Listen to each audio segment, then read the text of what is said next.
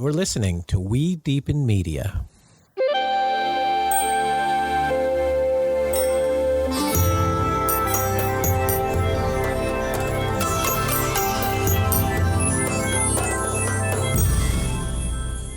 Hello and welcome back. This is part 2 of the Deepen with Christina podcast with Rebecca Gordon and Amanda Young. I am back at Amanda Young's house. This is a couple days after recording part 1, and Rebecca has gone back to New York City. So I'm sitting here with Amanda in her lovely home in Austin, Texas. And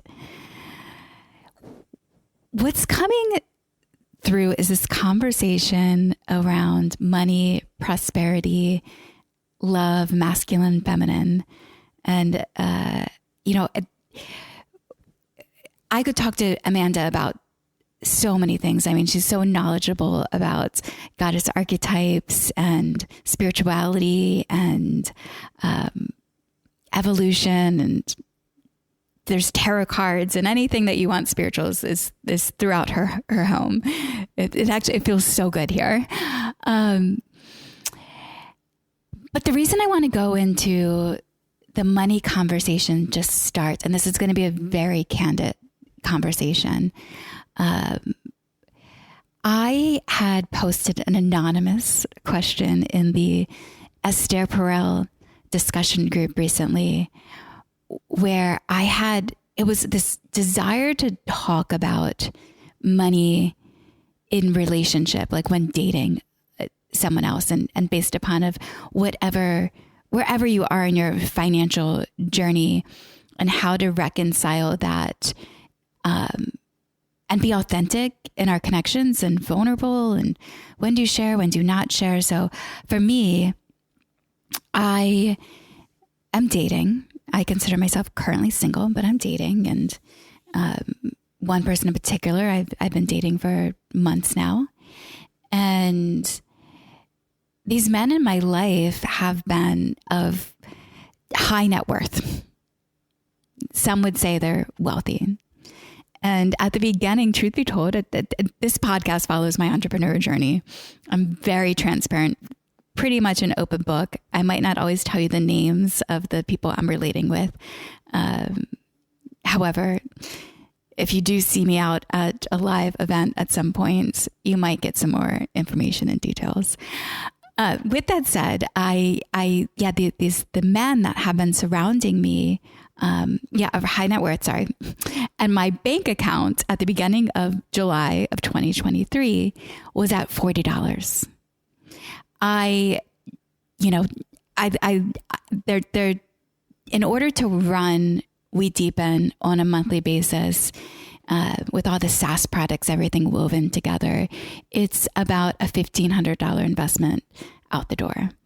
And I live life. I eat food. I pay my rent. I do all the things. So, and we have been rebuilding since the COVID crash. And I have been also, they say there's a friend gave me a book once where he had written like 101 pages of the greatest entrepreneur little nuggets of advice.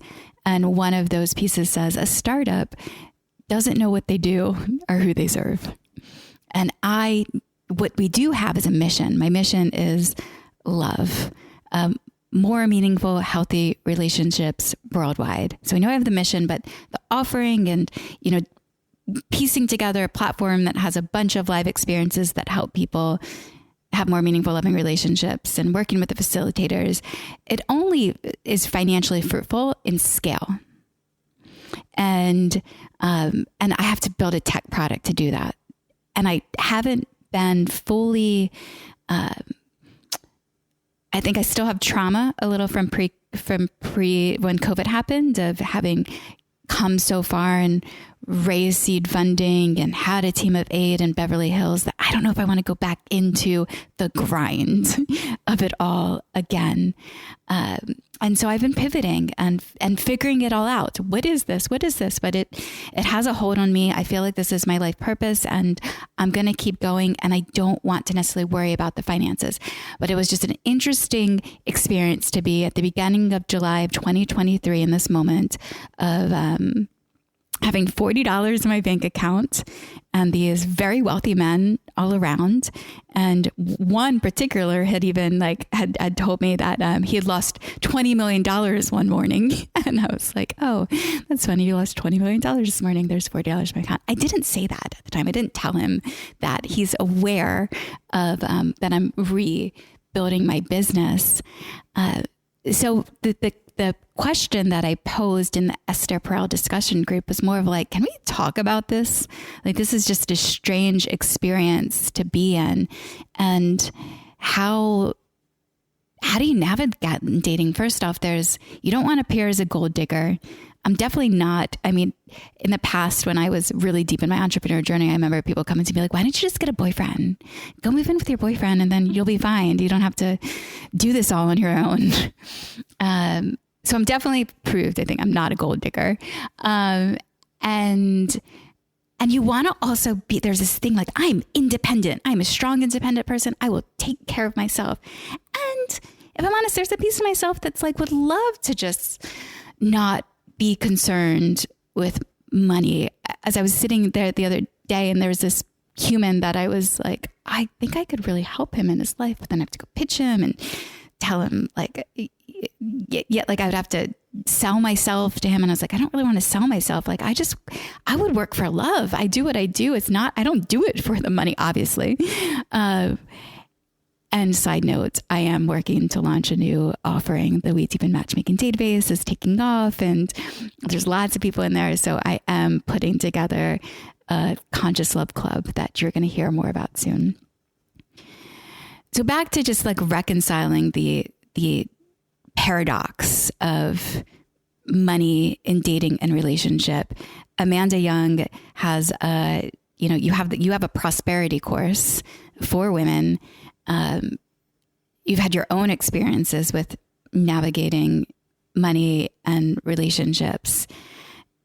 And I know this is a hot topic because we're all at different places. And I also want to reconcile that when our desires on money don't necessarily fully have to do with your worth. There's always this conversation around like, know your value, speak your value into the world.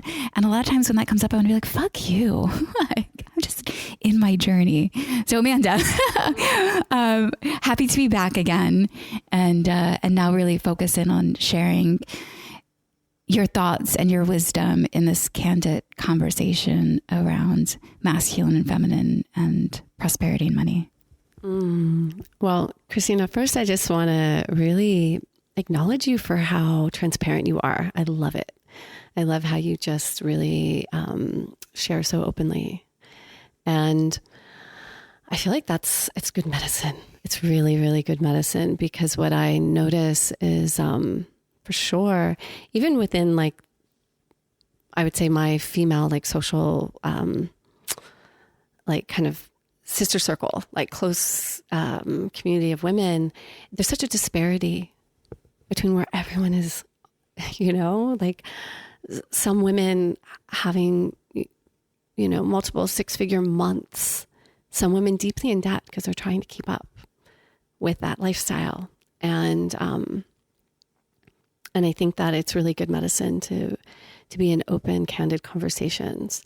And I also really like what you're saying about being present where someone is in their journey and not making a judgment that someone's got a problem with their like self-value, necessarily because they're not having multiple 6-figure months at that moment. And I really feel like there's not, I think just in general, when it comes to any topic, people want to have like a certain kind of a prescription. And I think that it's so individual.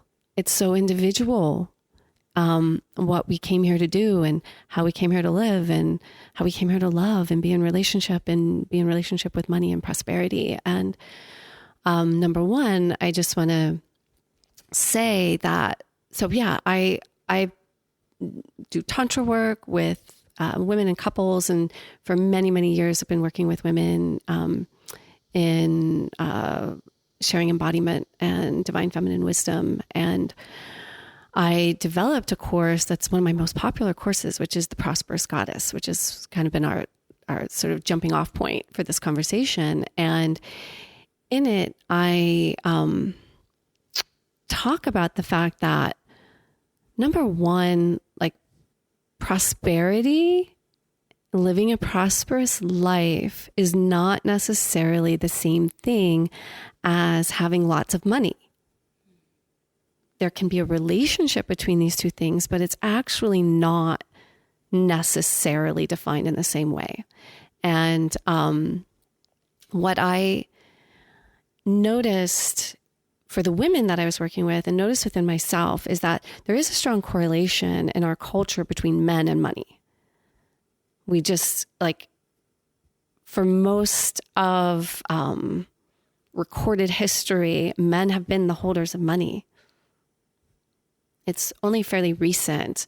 I remember the first time I heard that, I think it was up until like sometime in the mid to late 1970s, that women for the first time were allowed to go to the bank and like get a loan without having to have a man also co-sign. Isn't that kind of mind blowing? That wasn't that long ago. It's definitely within my lifetime that a woman wasn't able to just go on her own without a man had to sign.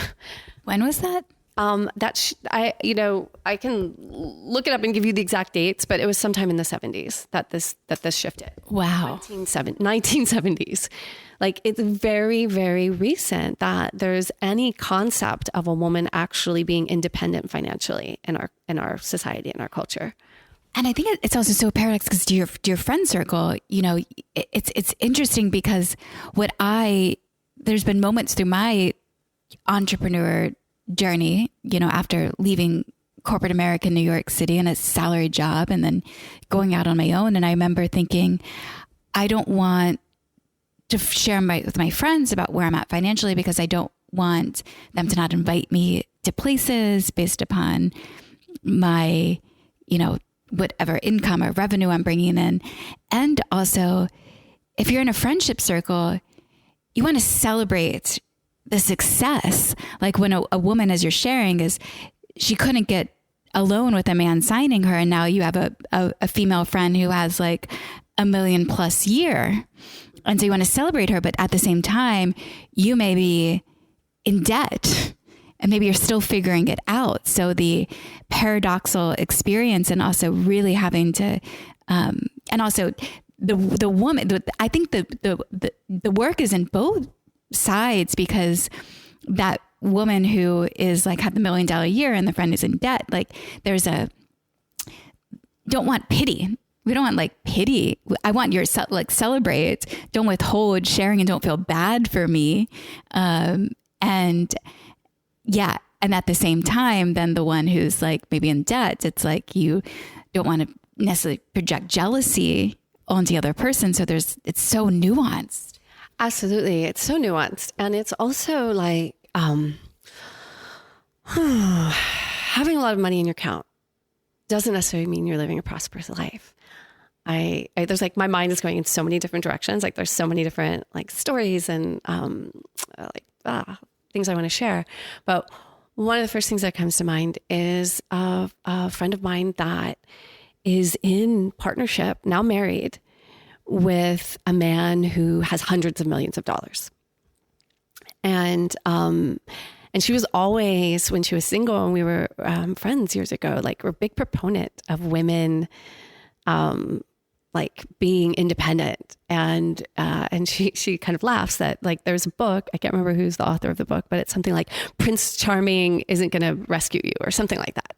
And she was like, except for me, ha ha ha. Like it's just kind of as a funny, like in a way of like, oh my God, how was I the preacher of like financial independence and like don't rely on a man? And then now I'm ended up like in this partnership with this very wealthy man and like I'm not working now. And but all that's to say is that I've observed in people that I know that have a lot of money, some of them, although there's like elements of prosperity as far as like being able to, flying first class and have designer this and that there can be an experience of incredible energetic contraction because they're working so hard, or there's so much other stresses going on in that dynamic where it's like they're only getting like 4 hours of sleep a night. And I can go off on like, a lot of like people that have a lot of wealth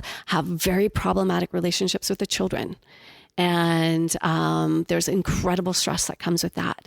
And so we've all got to really decide for ourselves actually what kind of life we want to live and what creates how we define prosperity, and also be open to all sorts of channels and forms, ways for it to come to us, right?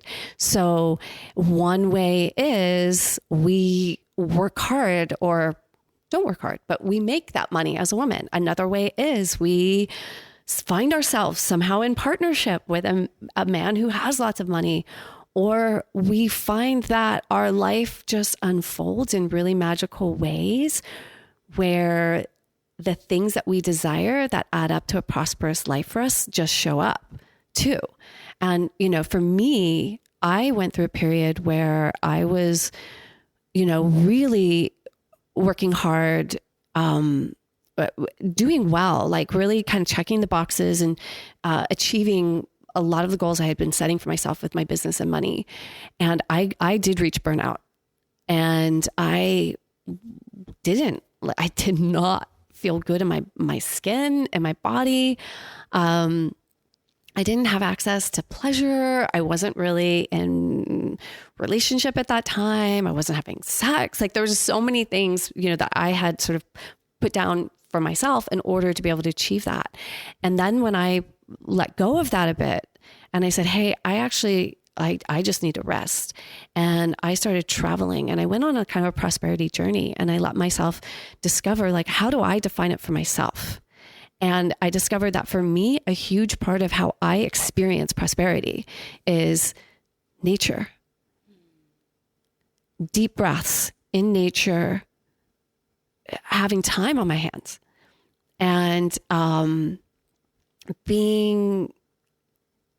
me, it was also really opening myself to incredible relationships and sex that I hadn't for that period of time where I was so focused on my business. And I'm not saying that because a woman's focused on her business, she can't have that. I'm saying that's what happened for me. And, but I started to allow myself to open up to what I would say is like a prosperity frequency. And a lot of that came from me just being able to come into the moment I'm in and recognize the juiciness and the goodness and the prosperity that's there. Deep breaths in my body. And then from there, recognizing that as I was living the frequency of prosperity, saying in some ways, like on a cellular level, feeling like I'm prosperity incarnate, then it started to reflect back in my life, but it started to come through in different ways. There was like a lot of synchronicities, a lot of magic, a lot of flow. And that is what I would say is a more feminine way of experiencing prosperity and money. And to kind of go back to this, this idea that we've always had that men and money kind of go together, because that's how it's always been. Men were the keepers of the money until very, very recently. Didn't they make it up? Did men make up money? Okay. To be honest, I don't know that. I don't want to like say something false, because there could be records somewhere that there were priestesses in ancient temples that were making that. But money, it's an abstract thing that was made up that is a way of just, like showing value and trading value. But I would say that because we have that belief, we've tended to think that can only come through us in two ways, which is either I marry a man with money, or I become the man with money in a way, meaning I become that badass. Like when we would think about a woman being independent and making money for herself, we immediately start kind of embodying more masculine characteristics and thinking that it has to come in that way. And so starting to blast it open, understanding that like actually the experience of prosperity is a very feminine thing. It's a very sensual thing. It's actually being very present in the moment. And it's actually something that's very natural to us as women. And can we allow that we're allowed to have that experience, and we're receivers. We're built as receivers. That's the other thing. So, okay. So as women, men are built as penetrators. Anatomically, that's what differentiates us. They're built as a penetrator. We're built as a receiver. But as women, sometimes we think we have to become a penetrator kind of energy in order to then have money. Because that's what we've seen. That's what we've known. And I would say the first few generations of independent women basically modeled that for us. Now we're trying to understand. And by the way, I'm not judging and saying that there's anything wrong with women taking on part of being a penetrator. But I also think that there's something really important about understanding we are receivers. And when we can connect to, like, right now, I can feel myself pulsing my pussy. I'm like, she's so excited because I'm talking about her. She's like, yes, I'm a receiver. Ah. So that feeling of like really breathing into and being present and juicy and delicious in that like pussy energy and being like, yes, I'm a fucking receiver. I came here to receive. I can receive through my business, which means like being in relationship to our business in a way that is about magnetizing and ease and flow and allowing. I can receive from men. I can receive from women. I can allow my relationship with prosperity and my relationship with money to be about this receivership and not have, shame attached to that. We've been shamed around like, well, things can't be that easy or they can't be magical, or shame around our own magnetism. And I feel like there is, just like a tremendous gift for us as women when we recognize that offering of our feminine energy into a space that is there, that has its own value, right? And so I have no like judgment or shame towards a woman who like decides to be in a relationship that is bringing her money in that way, or is stripping, or is just in the internal knowing that being in the flush of her feminine beauty and grace and like the energy that comes from a woman really being in her receivership in that way, that it is an offering. It is a value into the space. And again, that can be reflected through channels of work and money coming to us. It can be gifts. Like what I experience when I'm really in that flow is that like gifts, synchronicities, magic, things just show up. People want to give me things, to be honest. Like, here, can I buy this for you? And the ability to receive that. And I feel like, I can like different like goddess mythologies are coming into my mind that are there, I think, to teach us this. And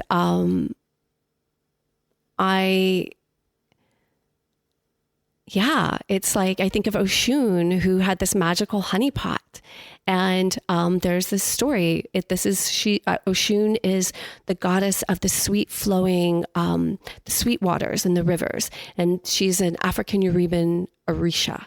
And she was the youngest of the gods and goddesses. And Ogun, who was the goddess of the god of productivity, he was the metalsmithing god. He was the god that like got shit done and kept like business and culture and society functioning. It was like the wheels of productivity. He went into a funk and went off into the forest and everything shut down. And the gods were like, oh my gosh, like the entire world has shut down because Ogun, the god of that, is often in a funk in the forest. And every single god went and tried to like lure him back or like help him. And he would have none of it. And he would refuse to see anyone. And Oshun, who was the youngest, was like, I think I got this. And the gods were like, you really? Like, how are you going to fix this? She's like, I think I got this. And she went off into the forest and she has this magical honeypot. This is one of my all-time favorite metaphors from the goddesses. She has a magical honeypot tied around her waist that she can cast spells out of. And so she goes into the forest and finds this little clearing of trees near him, and she just starts to dance and sing. And she's dancing her beautiful dance, and her hips are swaying, and she's singing, and I can't remember the exact words of the song, but it's something like, I have the most delicious honey. My honey is so yummy, or something like that. And she's dipping her finger into her honey pot and dancing. And Ogun, he's kind of starting to look through the leaves a little bit like, what's going on over there? Huh? What's going on? And he like gets a little closer. She just dances a little closer and a little closer.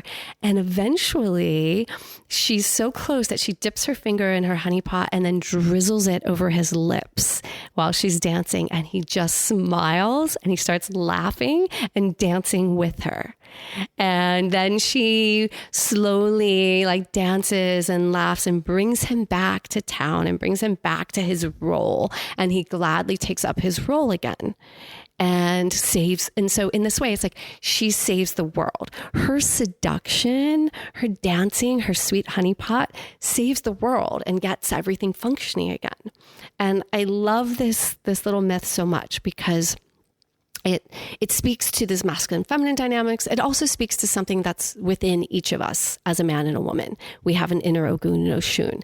And it's kind of like the myth for like the anti-burnout myth. It's sort of like he got burnt out. It's like, well, one, it's like the masculine principle when it's just in that like produce, you know, like in that kind of penetrative flow or not flow, but that penetrative thrust, we'll say, into the world,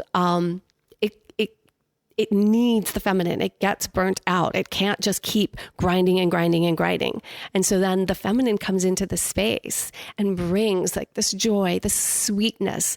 I mean, the honeypot's just such a metaphor for that pussy power, for that energy of the gift of pleasure, the gift of presence, the gift of play and feminine sweetness into the space.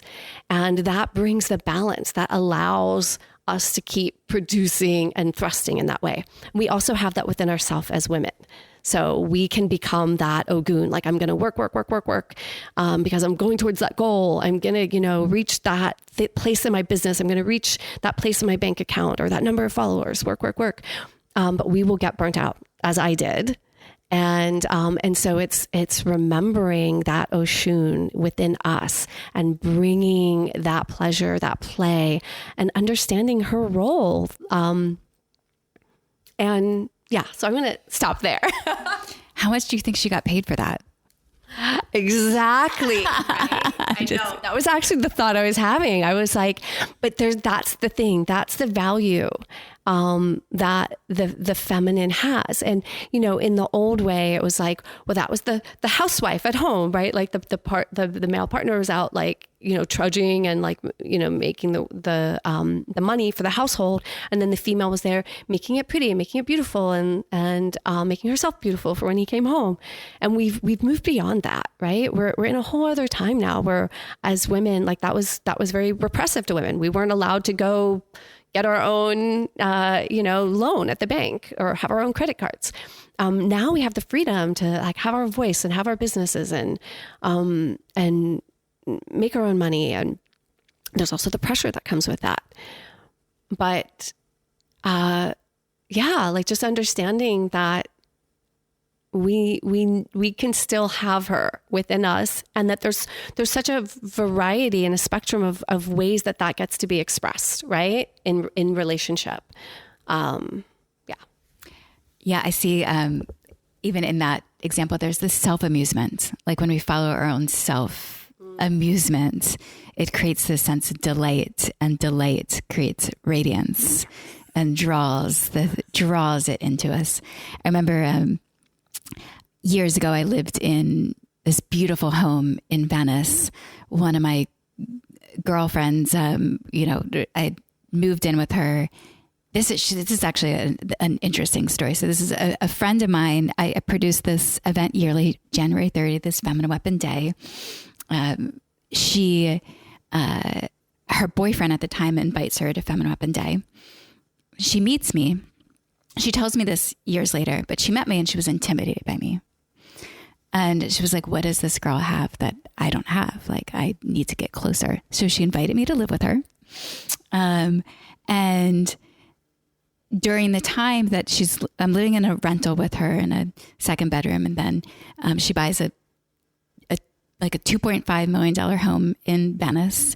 And I move in with her I lived with her for probably like a month. It was more of like I had moved to Los Angeles. She'd moved to Los Angeles. We were both living in New York City before.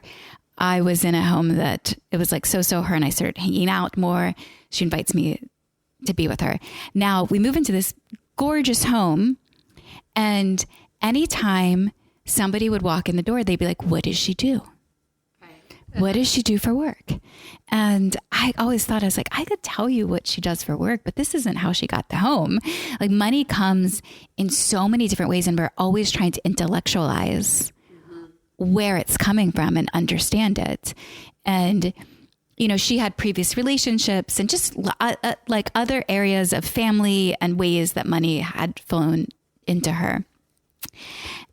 And there was this New York Times article. I believe this article is like 2017-ish, that has always resonated with it. The title of the article is "What the Rich Won't Tell You." And the entire piece is about how wealth lives in secrecy.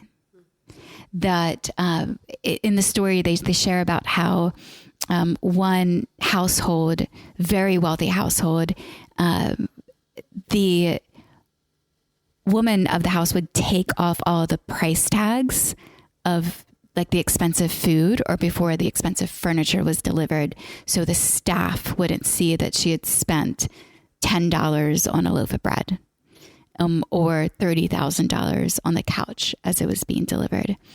And in the article, they also talk about how the wealthy don't envision themselves as being ultra wealthy.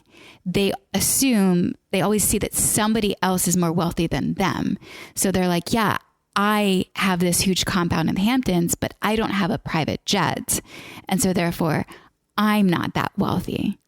And I found that the secrecy aspect of it, even as we started this podcast, and you're like, I love how you're so authentic and transparent. And that's one thing, because we're actually even sometimes fearful of asking the questions of how did you get the money, instead of the question of what do you do for work? Because that question, what do you do for work? There's money stories are much deeper than what you do from work. And yeah, we withhold this. I wonder too, from a goddess archetype standpoint, of like the secrecy aspect of it. Like, is there any stories that share like the withholding of information or the withholding of bits and pieces of ourself? What I'd say is that there's not a goddess story that's coming to mind in this moment that feels applicable. I'm sure I might think of something later, but I'm not thinking of something right now. But what's interesting is you talking about the secrecy part, and like people that are very, very wealthy. So I have a lot of clients that are very, very, very high net worth. And some of them I've worked with women who are self-made billionaires, and one self-made billionaire. And that was very interesting. And I've also worked with, I'm thinking of someone that I've worked with who is, I've worked with women who are born into a lot of wealth. And that is really interesting because they actually don't have a sense of what anything costs. And I'm, working with a really extraordinary young woman right now who's waking up to that and going, wait, like I'm in my mid 30s and, just having this awareness of like, I've lived this really privileged life that just feels normal to me. And if I wanted to create that for myself, what would that cost? I don't even know. And then dating from that place has been really interesting too, because you're often taught like in that level of wealth that you need to find a partner that can provide that for you when you were brought up in that as a woman. And but often you're about to say something. Well, yeah, because you're the thread through as well. I recently on I'll call him a talking head, like one of like an Instagram influencer who talks about dating, and she had shared in assessing compatibility to make sure that you find somebody who is on the same wavelength when it comes to you financially. And part of me wanted to shout bullshit. Like they do not need to be on the same wave with you financially. There's just much more to it than that from a compatibility standpoint. Well, what I'm finding is very interesting is what I've seen in situations like this is that yes and no, because so in general, a lot of times the men that are making a lot of money, and again, this is a stereotype, but I've seen it again and again and again. In many cases, especially when they're younger and they haven't gone through, like I feel like men, when they start to retire, when they're getting into their late 40s and 50s, they kind of have an awakening to their heart space. But often in that period from, their 20s up to like age 50, they're in this place of like, this is my period of time where I'm so focused on my mission and my goal. And that goal is to like impact the world in this way or make this amount of money. They're generally not very available for like emotional connection. And so women that date those men often feel really alone and really just like abandoned and unhappy. And I can think of like one woman that I worked with who had gone through a number of those relationships with someone who had grown up really wealthy. And then she met someone who she was like, okay, he comes from a totally like different worldview, but like we've met and I feel really connected to him and he's so emotionally available. And it's like the best relationship that she's ever had on so many ways. Like he's just there, he's present, and it's not like he's, some hapless guy not making any money. Like he's doing all right, but he's not super wealthy. And so it's very present in the space of like where she's sitting in this moment of like, well, what do I do here? Because I'm used to a certain level of living, a certain lifestyle. And if he's not able to provide it or doesn't want to provide it, and then is the onus on her to provide that, or like what happens? And it's not easy to navigate those things. It's really, it's complicated and complex. But what I really admire is that I'm seeing the conversations happening. I'm seeing transparency. I'm seeing and again, I like coaching a lot through this happening. But that, like going back to what we were just talking about at the top of the, with the opening of this podcast, that you're being so transparent. And I feel like we need to start talking about these things. And I also think that, I think that there's a much bigger thing that hopefully we're moving into, like a bigger evolution in consciousness around prosperity and around money and around communities, and a way that, I think that, like, say, if I think of my friendship community of women, like I've had conversations with some of the women where we're like, yeah, we're very aware that there's like a real big spectrum of where women are in this moment in their financial journeys. And to not make it have this meaning that like the woman that is like rich in so many gifts right now, like dripping. I'm thinking of one of the women, but also in debt. Is there a way that, like, just in general in our society, like there's a shift that wants to happen? Because I don't think that, like, again, it has to do with our definitions of prosperity, of how we define success, and how money is exchanged in our culture, like altogether. Like it's really, I think, up for an evolution, because it has required of men. Because, you know, I talk about how we like have this relationship between men and money. And like, I primarily worked more with women around saying like, hey, can we connect to this magnetism and this feminine energy? This has been harmful. We get this burnout, but men are getting burnt out. It's not healthy for men to be in this place where, you know, from age 25 to age 50, that they have to be emotionally shut down because they don't have any space, because they're so armored and they're so in this like focus place, like the expectations that are placed on them. That's not fair. That's harmful to them. And it's harmful to our relationships in general. And, you know, can we, you know, I think that like we're in this age of so much revolution happening, and like some of the positives I could see potentially happening is that we're moving into space where people are in community. Like we talk about it like with the sisters, where it's like, well, what, like if we had a little bit of a different societal structure where everyone wasn't like off living in their little box separate from each other, paying their little rent, and, you know, being like having the stresses of their business and their debt.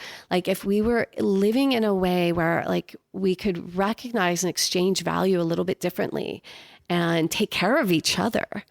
I you know, I don't have the answers right now. I think I just have questions, and like to pose that out there. Like, what could it look like? What are the possibilities for just a whole other relationship with community, money, value exchange, relationships between the masculine and the feminine?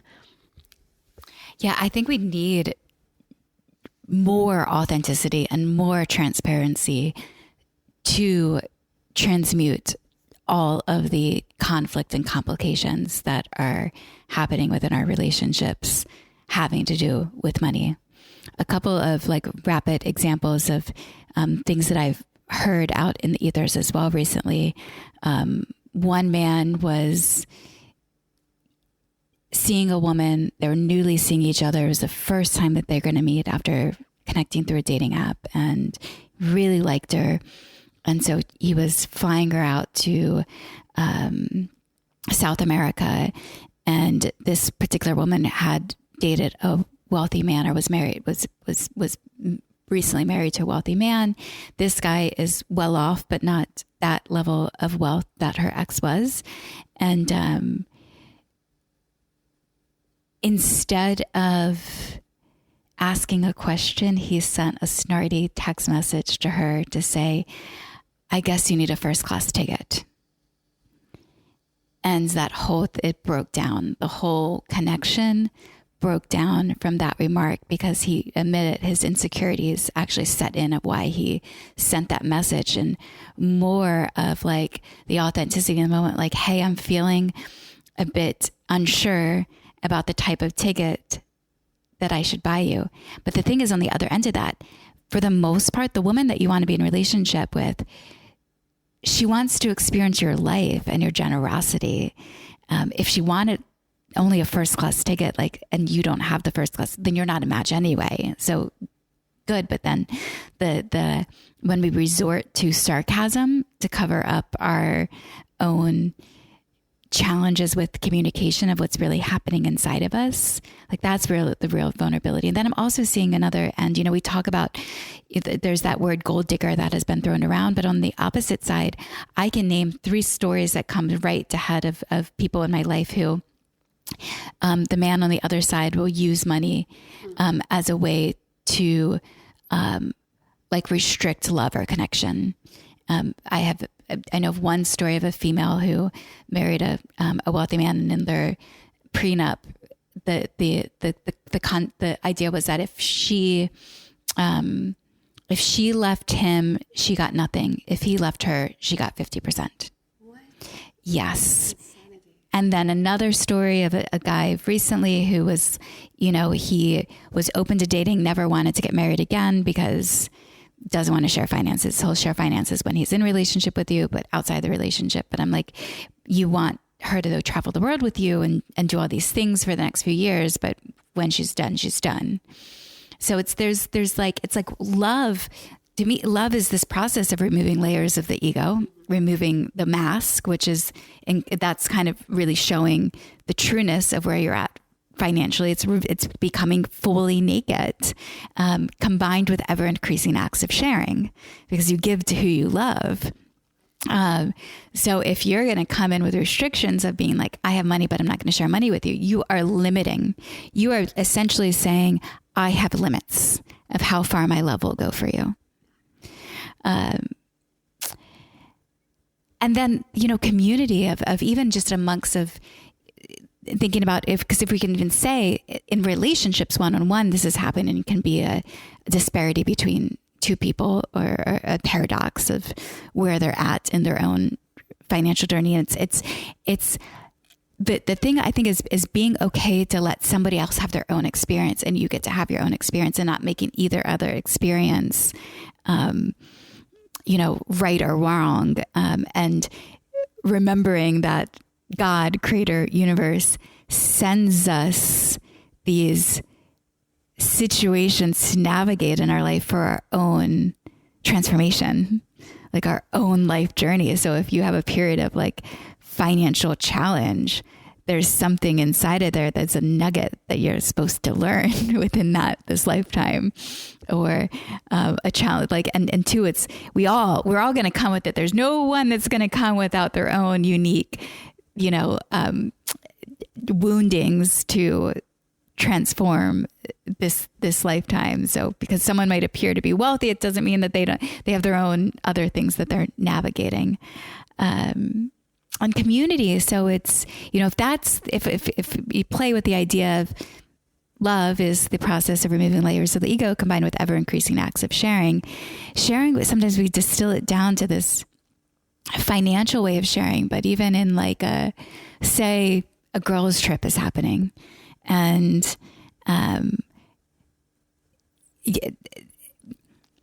before I even go there, there's, the question of like, is it about the journey or the destination? It's actually about the company. It's about the people that we're on the journey with to the destination. It's all about the company. And so considering of like, you might want to go and stay at this like really high-end hotel and bring these girlfriends. But if you're more financially abundant, like how can you share more with them throughout that experience, and or choose a different location that you can have the company that you like, because it's the people. It's not, if you just went to create your social circle of, I just want to be around all people that have tons of money, like how echo chamber are you going to be living in? Like your experience is to really be in relating to everybody and sharing in those own experiences. And, yeah. So my question to you that I have is like, when you're working with a woman or a man, how would you propose and when would you propose that they start a conversation with their significant other or even somebody that they're getting to know with? When do they discuss finances? Well, number one, I don't think that there is a particular prescription. It's not like, on the third date, I really think it's, if I'm working with someone, it's as it starts to reveal itself as something that needs to be talked about. And how do we know that? Well, if you're having issues or questions about it. I mean, I think in the early stages, I would say it's kind of not anyone's real business. That's kind of how I feel. Like, say, when you're first dating someone, until it gets more serious, I kind of think it's not something that necessarily needs to be discussed unless it's like a make it or break it thing for you. If I'm thinking of one woman that I know that's coming to mind that I kind of I heard a bit secondhand from a man that had gone out on a date with her, that on the first date, she asked them, she's literally like, yeah, so what, what's your net worth? Like, how much do you make in a year? Like, you just sort of asked him all these questions. And when he shared, she was like, oh, okay, no, that's not going to work for me. And he was feeling very emasculated by that. And it was kind of like, wow, like he felt a little bit beaten up by the whole date.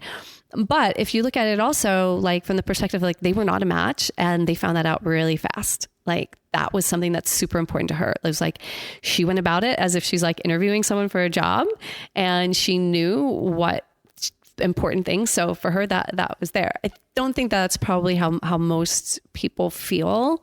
And I think that, but you know, if you have something like that, then it needs to come up really early. But I think outside of that, I think that it can kind of take its time and like organically reveal. There's so many aspects of self that we're going to be revealing as we get to know someone when we're dating them, you know, and the sequence in which those things come out and get revealed is, I think, very individual and organic. I do think, you know, if you're starting to move in with someone, I would say that there's certain hallmarks, right? Like you're moving in with someone, they're putting a ring on your finger, you're going to get married. Like you really do need to be having those conversations at that point. And I think like up to several months in, I think that it's really, it's up to your own sort of organic process and flow. I mean, I think of you, Christina, like if we go back to what like the original share was about your experience of having this moment of looking in your bank account and being like, oh my God, I've got $40 in there. And I know that it's changed much since that moment, but that you had that moment. And then at the same time, you're around somebody who's saying that like, oh, I lost $20 million today. And then feeling like there's some awareness. Obviously he knows that like you're a startup and like bootstrapping and like all these kinds of things. So he knows that your finances aren't anywhere near his. Like that's like very present in this space. And then it's sort of like, well, what do you feel like you're censoring? It's kind of like, do you feel like you're censoring yourself by not saying, I have 40, because it sounds like it was in your mind at that moment. You could be like, oh, you lost 20 million. Well, I have $40 in my account today. That's, you know, and just sort of laughed it off. And is it like, is that censoring coming from a feeling of shame or a feeling of, you know, where does that come from? Because, and is that getting in the way of the intimacy? And I think that that's the real question when I say it has its organic, like it kind of needs to come out when it needs to come out. And I would say, well, if it's getting in the way of the intimacy, then it needs to come out.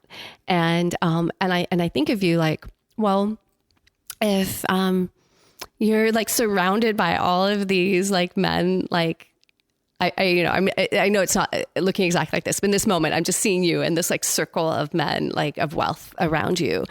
And if you were to be like totally transparent and just be like, yeah, this is where I'm at. And you weren't like pleading, you weren't like having a problem about it. You're not needy. You're not, you know, you're just kind of like, cause you know that it's just a moment, you know that you're going to be fine. Ultimately, also, you know, giving space for like the vulnerability that you might feel too, because sometimes like that could feel really scary being a woman and like having only 40, you know, in that moment, that's scary. To be able to express all of that, I'd be very curious to see what could occur, because you might be surprised at the generosity of people that could come with no strings attached to, you know, or someone wanting, and then that's where the level of discernment comes in around the receiving part. But, you know, there may be people that just want to invest or people that want to support or give.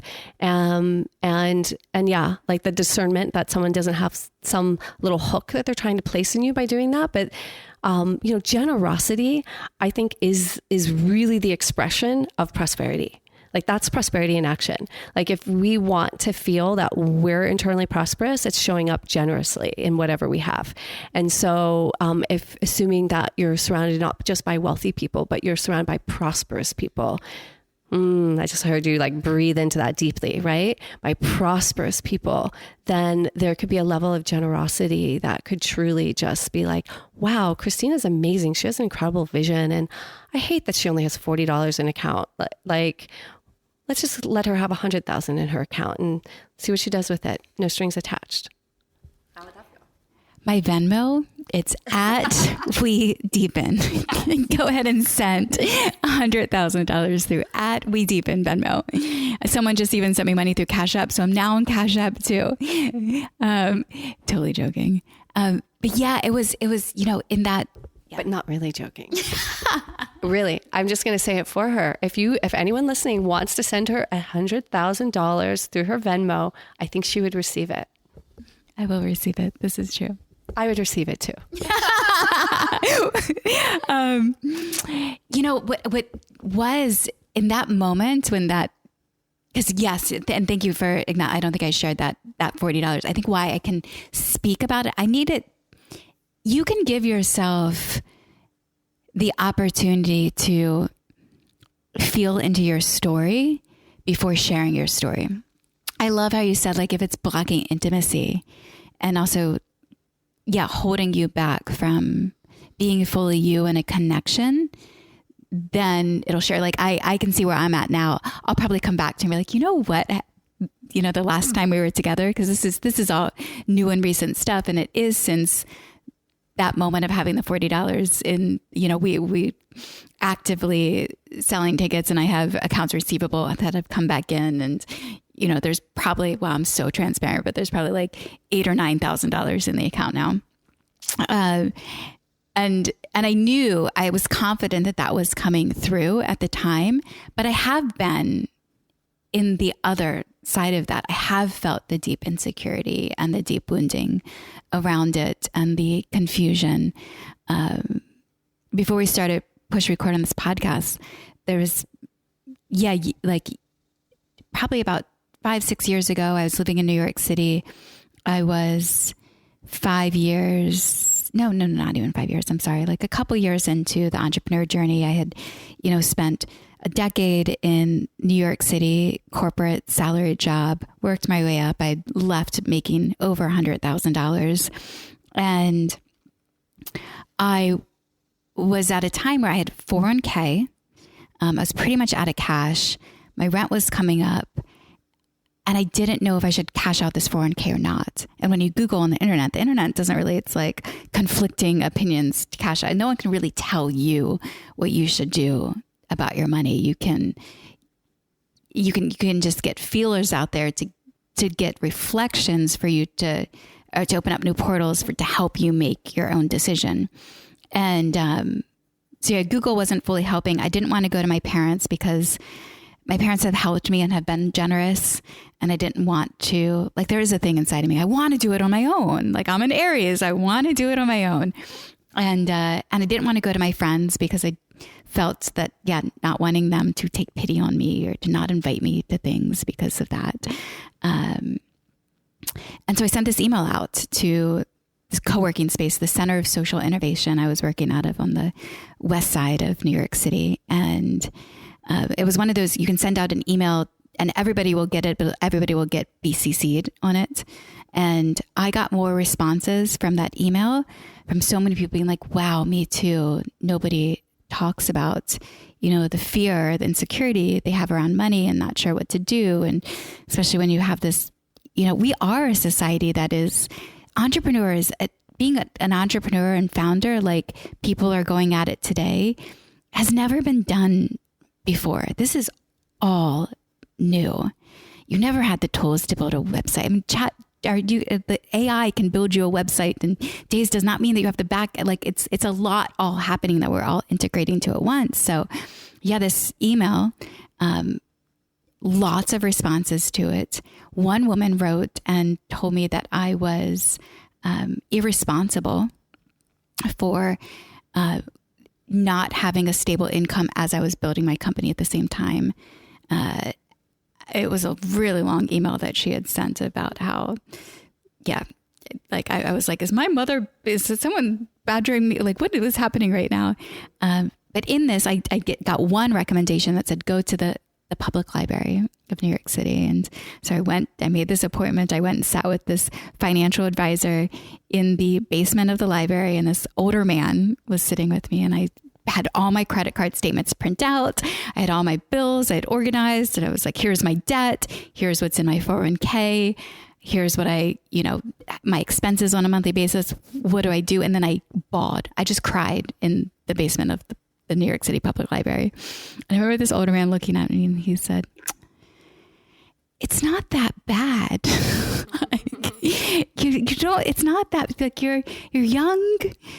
You're really passionate about what you do. I think you'll figure it out. You'll be okay. And it felt so good in that moment. But I just remember also feeling like, wow, there's something here. I send out these emails about dating events all the time, and I get some response here and there, but I've never gotten like 70 responses from people being like, whoa, like I feel the same way and nobody is talking about this. So yeah, even in our relationships, I think it's the preference that like, hey, I got myself. But I want you to know where I'm at, or I want to share that experience with you, because the deeper level of my growth is my growth is me being fully me as I relate to you. And I know that's because the unpopular thing is like, when do you know that you feel love with somebody else? Is that when you're being yourself, like when you love yourself, the experience of yourself, when you're relating to another being, then you're in love. Yeah. Thank you, Amanda, for this conversation. And so the prosperity course, we're going to put it up on We Deepen. I'm working to get it up on We Deepen. However, right now, if they want it to go and they could use a We Deepen code for 10 or 15% off the prosperity course, which I'm going to be taking as well. So if you want to do the course together, we could do it. It's 6 weeks online. I have taken Amanda's 3-month goddess course years ago. So I'm coming back for more. Even here on this podcast, this is the second time I've done a podcast with Amanda. She was one of the first of Your Love Accomplice. So that offering is available. It is. It's called Prosperous Goddess, and it's on my website, urbangoddess.life. And when you go on there, just click on Prosperous Goddess, and you can use the We Deepen code. You get 15% off. And it is a 6-week course. It's self-paced, so you can start at any time. And it includes a 40-day prosperity practice. And it's incredible what happens in women's lives when they do this. I've taught this course over the years, I think like live, maybe 5 or 6 different times. And now for the first time, it's available as an evergreen self-paced course, but women's lives open up, and it's wild. The way that they begin to magnetize, because it's all about really I talked about that luscious honeypot of Oshun. It's really coming into that place where you are in your feminine magnetism. When you're in your feminine magnetism, it all starts attracting to you. And it's like, there's tons of brags that women have. Most of them were just spontaneous, like messages and texts that they would put up in the group about windfalls of money that were coming in, clients suddenly out of the blue, just contacting them. But beyond the financial, it's also just things that like their husband suddenly showing up in a different way, just different relationships with nature, with just pleasure, and just so much more enjoyment in their life, like prosperity really in all of its forms. So it's just a luscious, fun, wild little sort of party of a course. And I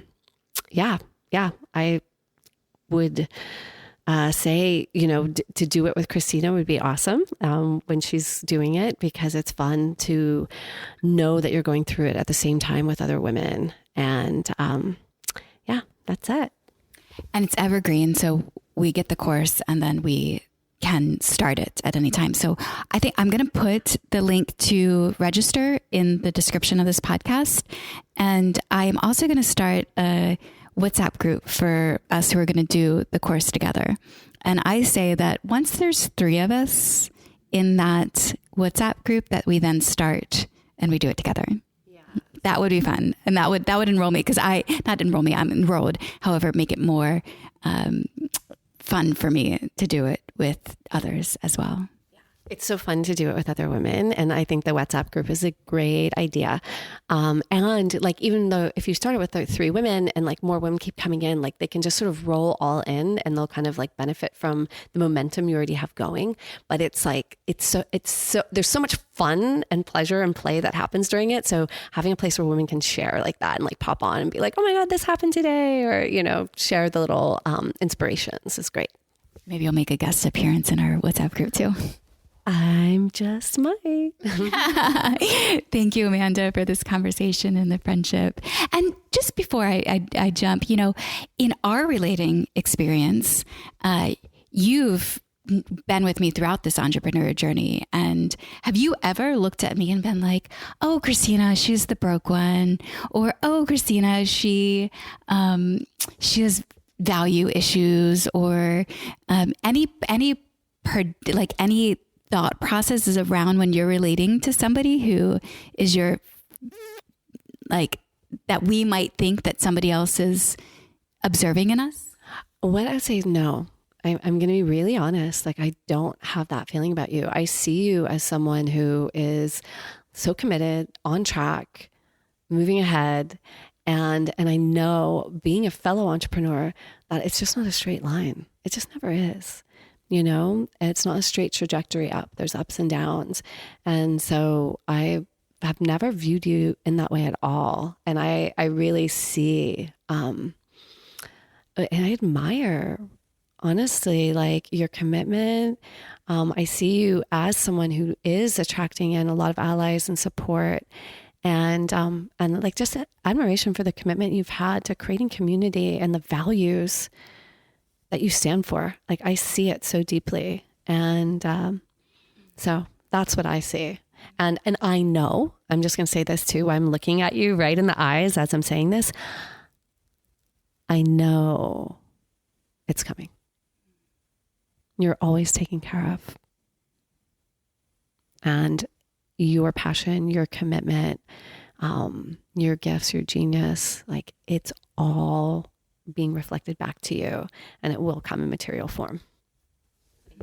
Thank you. I hope that is a shared message. If you needed that message too, that you received that as well. Thank you, Amanda. Thank you, everyone, for tuning in to another episode of Deep End with Christina. If you did enjoy this podcast, please do like, subscribe, follow, give it 5 stars, give it a rating. That's actually an exchange that is supportive for me and provides value. If you got value from this podcast, that helps it to be reciprocal. All right. Bye for now. Love you.